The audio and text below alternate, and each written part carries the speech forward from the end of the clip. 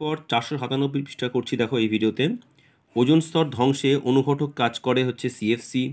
কোন উষ্ণতায় গ্যাসের অণুগুলিকে গতিশক্তি শূন্য হয়? 0 কেলভিন। 2 মোল NO র সঙ্গে অক্সিজেনের বিক্রিয়া উৎপন্ন NO2 এর আয়তন এসটিপিতে 44.8 লিটার। কোনো পরিবাহী দণ্ডে তাপ পরিবাহিতা কে হলে তার তাপীয় রোধাঙ্ক হবে কেলভিন ইনভার্স। কোনো দর্পণের দৃষ্টিক্ষেত্রে সর্বাধিক, সেটা হচ্ছে উত্তল দর্পণের। ABCD 4টি মাধ্যম পরম প্রতিসরাঙ্ক 1, 1.3, 1.5, 2.4 হলে কোনটি আলোর বেগ সর্বাধিক হবে? যার প্রতিসরাঙ্ক সবচেয়ে কম, অর্থাৎ 1, মানে A। যদি একটি রোধাঙ্কে 2 প্রান্তের বিভব প্রভেদ 3 গুণ করা হয় তাহলে রোধকের তড়িৎ ক্ষমতা হবে 3 গুণ। 100 ওয়াটের একটি বাল্ব প্রতি মিনিটে শক্তি খরচ করে প্রায় 6000 জুল। এখানটা মাথায় রাখতে হবে, মানে 100 ওয়াট যেহেতু দিয়েছে, প্রতি সেকেন্ডে বলা হয়েছে, তাহলে প্রতি মিনিটে শক্তি খরচা করার কথা হলো, তাহলে প্রতি সেকেন্ডে 100 করে, তাহলে 100 × 60 এত জুল, তাই তো? এই জন্য ব্যাপারটা 6000 জুল এসছে, ক্যালকুলেশনটা বুঝে নাও। তেজস্ক্রিয় মৌল সবার শেষে যে মৌলে পরিণত হয় সেটা হচ্ছে লেড, অর্থাৎ সীসা। জলের তড়িৎ বিশ্লেষণে ক্যাথোডে 22.4 লিটার গ্যাস উৎপন্ন হলে একই সময় অ্যানোডে উৎপন্ন গ্যাসের পরিমাণ হবে 11.2 লিটার, কারণ আয়তন হিসেবে সেটার পরিমাণ জানা আছে আমাদের 2:1 হয়। হ্যালোজেন মৌলগুলির তড়িৎ ঋণাত্মকতার মানের ঊর্ধ্বক্রমের সঠিক ক্রম হলো যে দেওয়া আছে, দেখে নাও। কিপ যন্ত্রের সাহায্যে কোন গ্যাসটি প্রস্তুত করা হয়? না, অপশান যেটা দেওয়া ছিল সেটা নাইট্রোজেনটা হয় না। তড়িৎ বিশ্লেষণের সময় কোনটি ক্যাথোডে এসে আগে মুক্ত হবে? H+। OH মূলক কিন্তু অ্যালকোহল নয়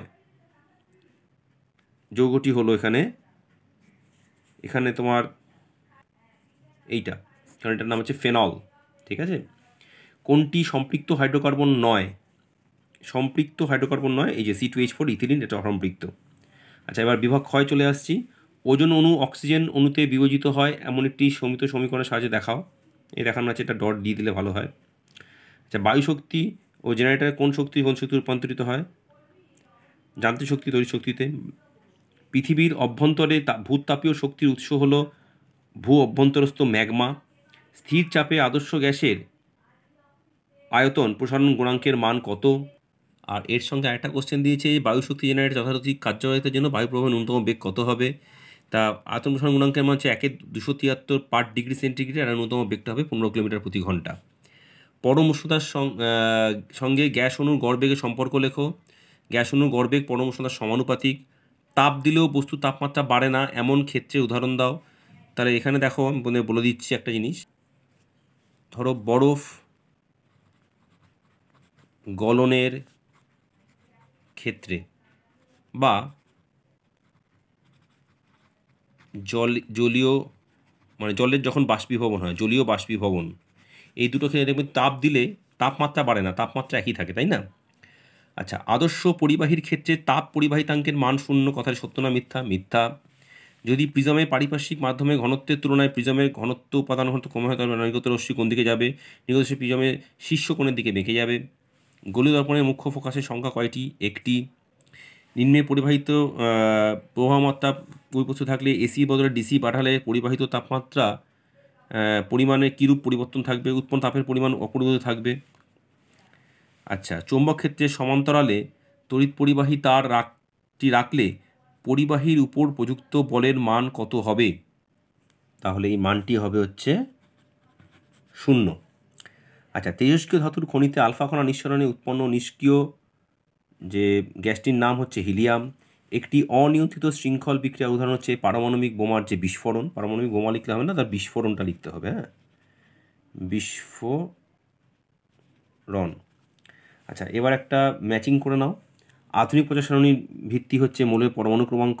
আকরিক থেকে ধাতু নিষ্কাশন হচ্ছে বিজারণ ক্রিয়া। অতি সক্রিয় ধাতু হচ্ছে এখানে তোমার আয়রন, দুষ্ট মৌল হচ্ছে হাইড্রোজেন। আর ক্রমবর্ধমান পারমাণবিক ব্যাসার্ধ অনুযায়ী সাজাও এগুলোকে, সেটা দেখিয়ে দিচ্ছি। এই যে দেখে নাও, lithium, sodium, potassium, rubidium, caesium. আচ্ছা, এবার হচ্ছে গিয়ে এমন একটি যৌগের উদাহরণ দাও যার জলীয় দ্রবণ মৃদু তড়িৎ বিশ্লেষ্য। সেটা হচ্ছে গিয়ে অ্যামোনিয়া জলীয় দ্রবণ, যেটা কিনা ফর্ম করে অ্যামোনিয়াম হাইড্রোক্সাইড, তাই তো? আধুনিক প্রচার সারণীর 13 গ্রুপের মৌলগুলিকে বোরন পরিবার বলে। জলের তড়িৎ বিশ্লেষণের সময় জলে সালফিউরিক অ্যাসিডের পরিবর্তে HCl বা HNO3 ব্যবহার করা হয় কেন? এখানে শুধু জলে সালফিউরিক অ্যাসিড বলতে আমরা বুঝি হচ্ছে গিয়ে গাঢ় H2SO4, ঠিক আছে। তাহলে গাঢ় H2SO4 ব্যবহার না করে লঘু HCl বা লঘু HNO3 ব্যবহার করা হয়। কিন্তু এইখানে দেখা গেছে যে ক্লোরিন বা নাইট্রিক অ্যাসিডের মধ্যে যে Cl- বা NO3 এদের কিন্তু ভোলাটাইলিটি অনেক বেশি হয়, সেখানে সালফেটের ভোলাটাইলিটি কিন্তু অনেকটা কম, সেই জন্য হাইড্রোক্লোরিক অ্যাসিড ব্যবহার করা হয় বা নাইট্রিক অ্যাসিড ব্যবহার করা হয়। আচ্ছা, ধাতবমূলক শনাক্তকরণে কোন গ্যাসটি ব্যবহার করে একটু আগে করে এসেছি, H2S।